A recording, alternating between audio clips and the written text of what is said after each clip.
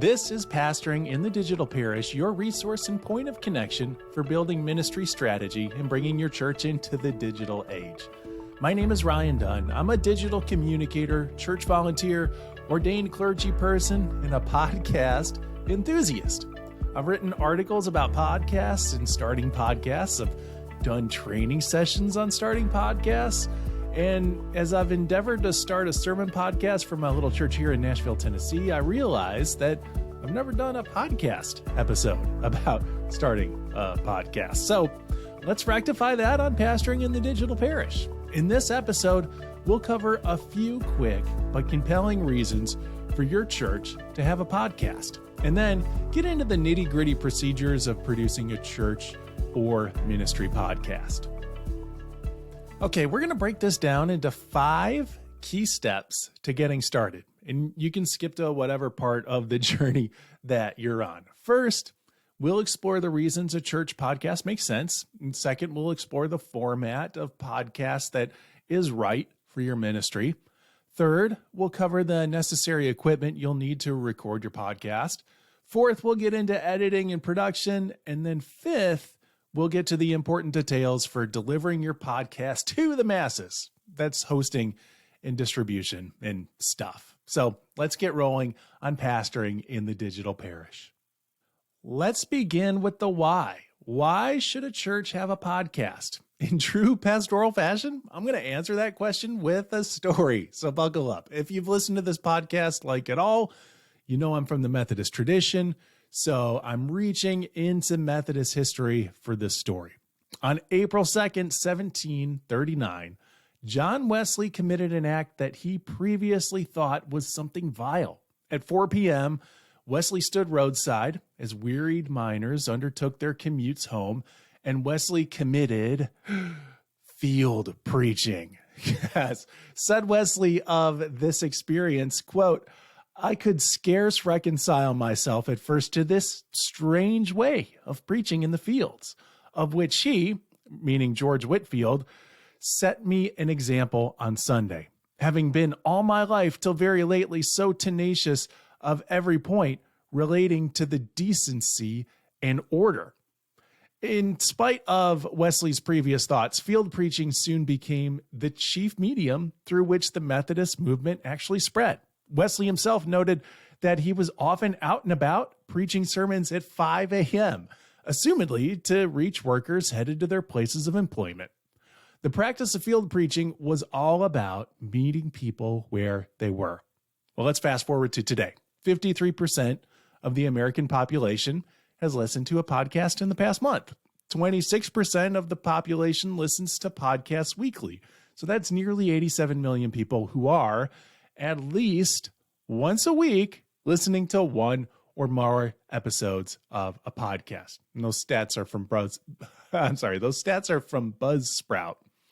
There's a growing opportunity for the church to bring our messages of hope and transformation to people where they are through podcasting. And the good news is that much like Wesley's field preaching, it's relatively easy to bring our message to this media. For me, that's a fairly compelling why for a church podcast. If you believe your church carries a message that's meaningful for your community, well, it makes sense to reach out through podcasting media. Okay, so if you're now convinced it's time to do a podcast, let's talk about what that podcast might look like, or I guess more appropriately, what it might sound like. Wrapped into this is the question of addressing who your podcast is for.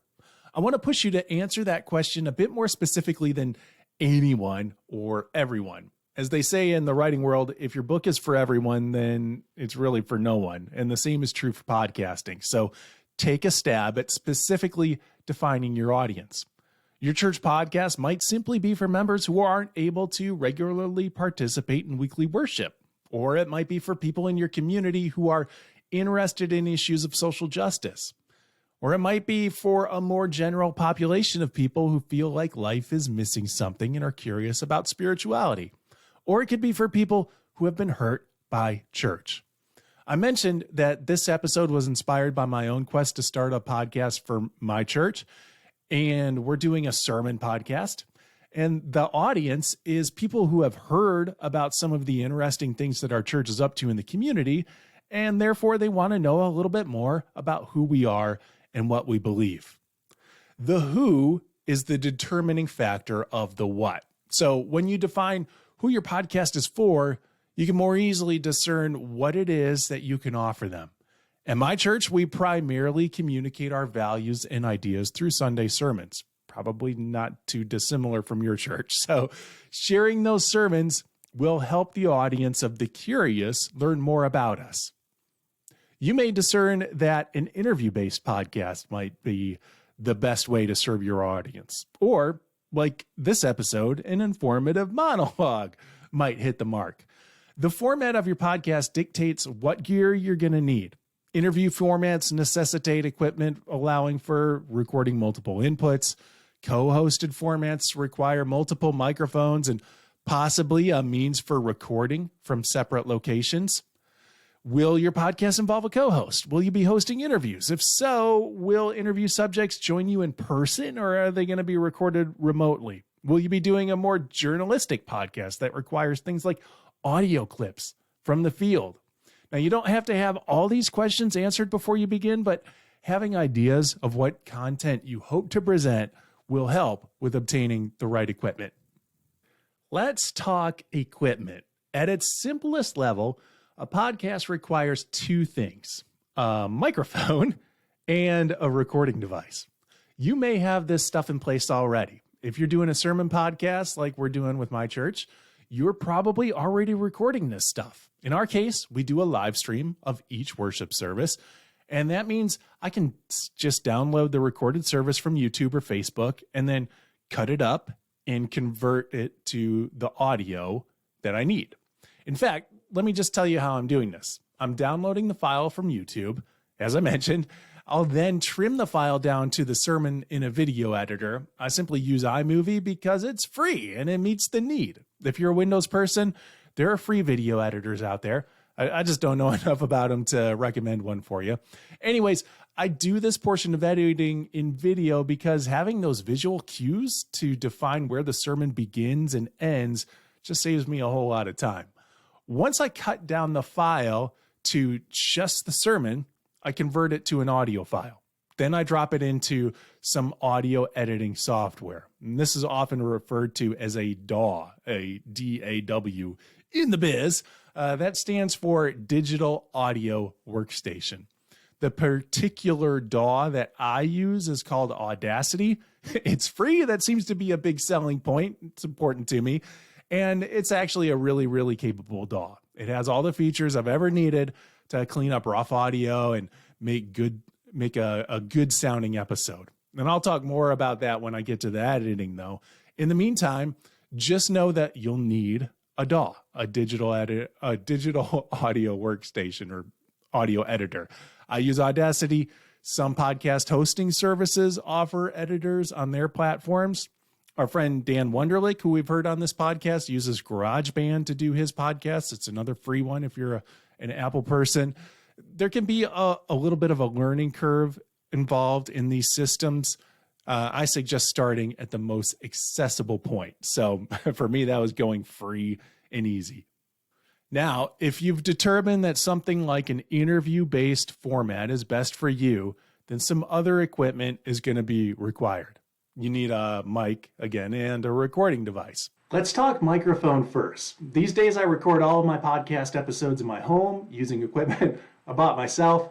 The mic I chose is an Audio-Technica ATR 2100.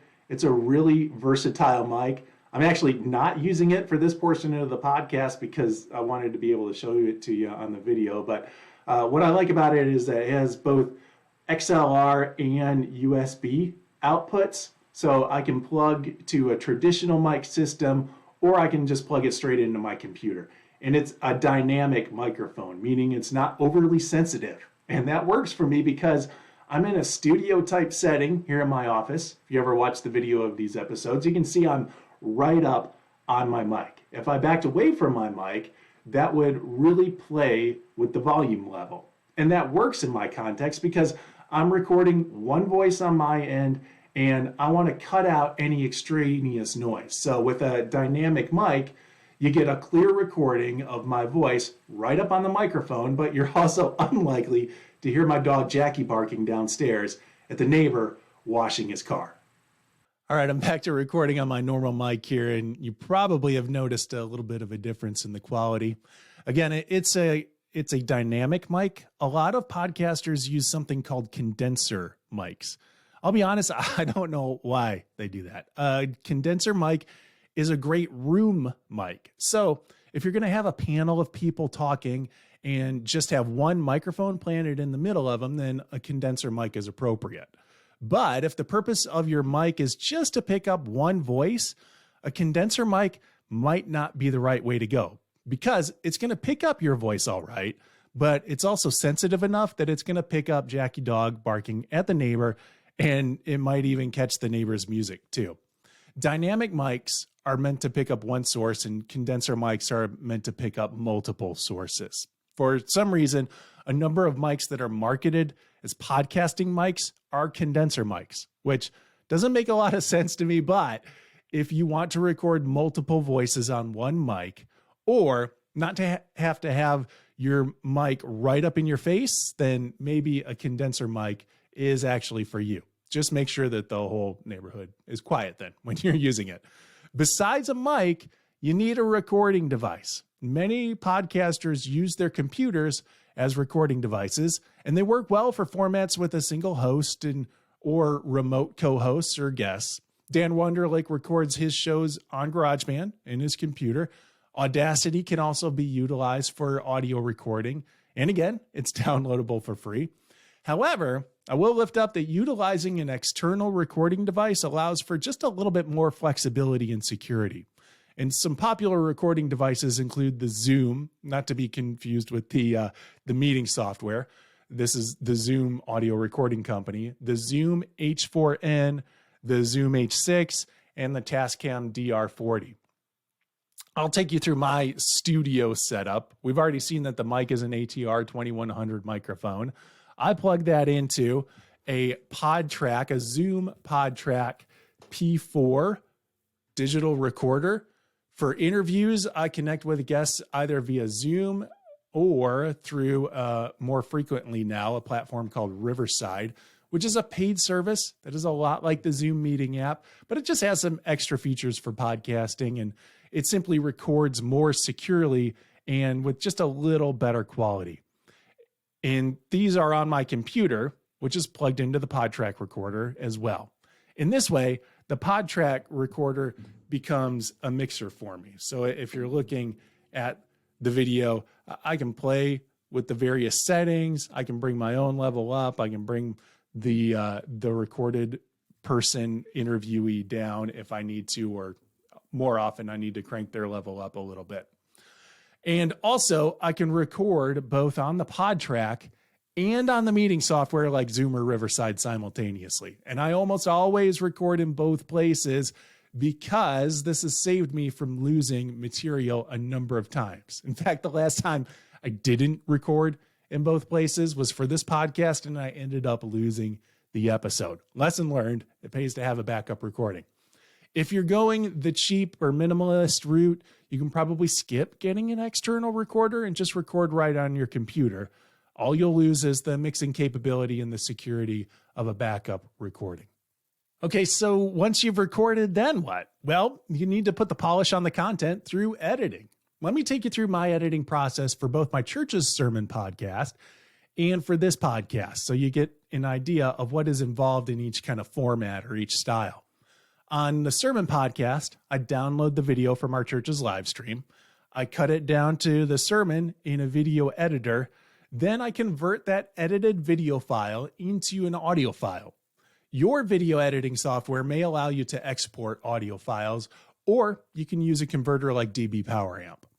Once I have that audio file, I drop it into my DAW, which again stands for the Digital Audio Workstation, or simply put, is just the audio editing software. My preferred DAW, again, is Audacity. Once the file is in that editor, I record what I call a donut, which is just me jumping on the mic to say something like, This is the sermon from Glencliff United Methodist Church on Sunday, in which Pastor Lovejoy reveals the joys of constancy and God's disdain for beetle boots. I'll drop a little music in there too. I don't want to get too much into content in this episode, but I will offer that it's a good idea to tailor these donuts each episode just to give the listener a specific hook or a reason to keep listening. The audio recorded from the live stream may not be the highest quality, so I do try to dress it up a bit. And within the audio editor, I'll run the sermon audio through a compressor effect, and then I'll run it through a loudness normalization effect. And this evens out the levels and brings the whole recording up to a comfortable listening level. What we don't want to do is have someone listening to another podcast at a normal level and then flip over to ours and have their eardrums bleeding or having to crank up the volume to 11 in order to hear what we're saying. For this podcast, meaning Pastoring in the Digital Parish, the process is pretty similar to the sermon podcast, the difference being that I'm likely working with more tracks.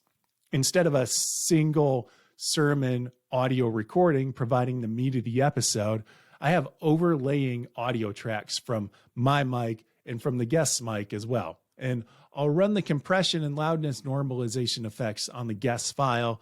Then I'll go through and see if there are any areas that need cleaning up. Sometimes their recording includes a buzz that, with the help of technology, I can filter that out. Or they might have a compressor mic that is just picking up like traffic sounds when the guest isn't speaking. So I can go through and I can mute those. I might also edit down or mute parts where the guest and I talk over each other. Or if there's a pause that's just a little too long, I'll cut that down. I'll also add in my own donut and music, of course. And speaking of music, intro and outro music, they go a long way in making a podcast sound professional. The best practices is to use licensed music.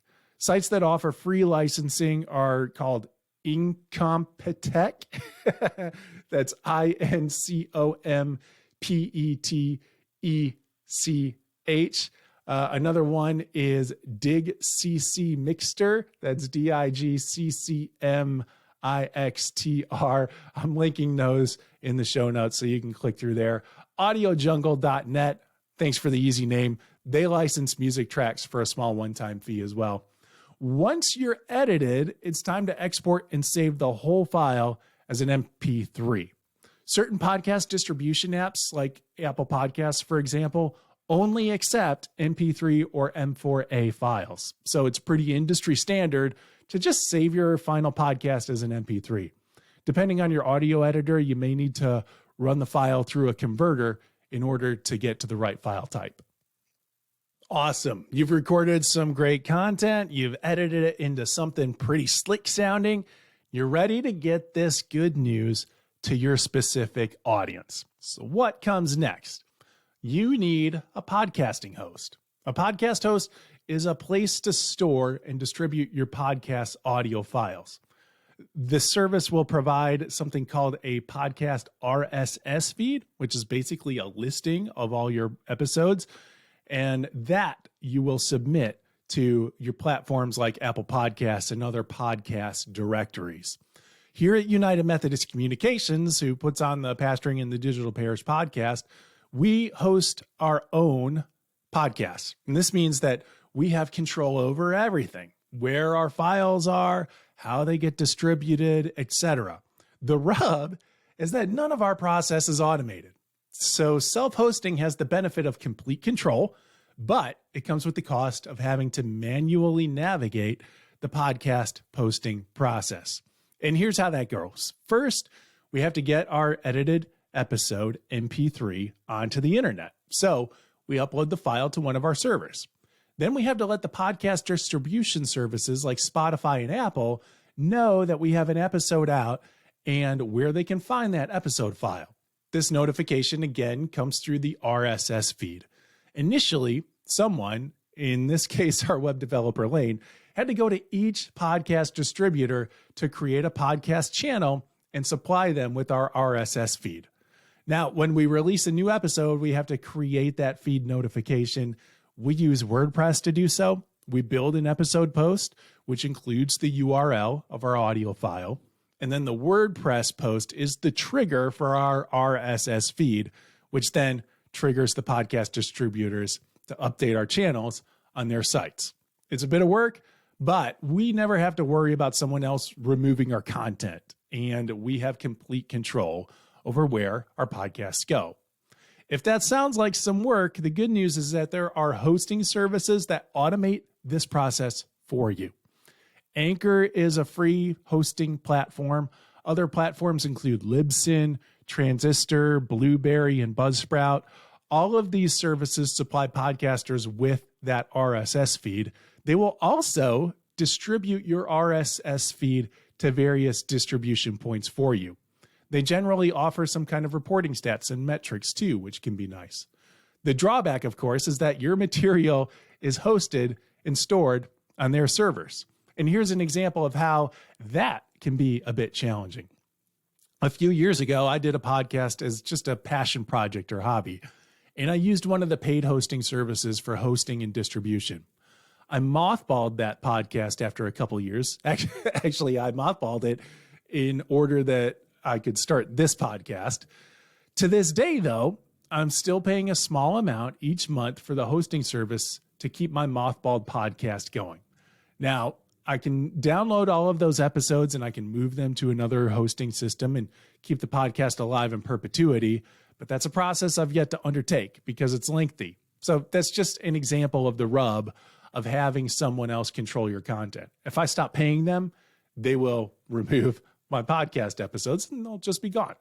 That said, I'd be willing to bet that about 90% or even 98% of the podcasts out there use an external hosting service, and the majority of them do not have issues.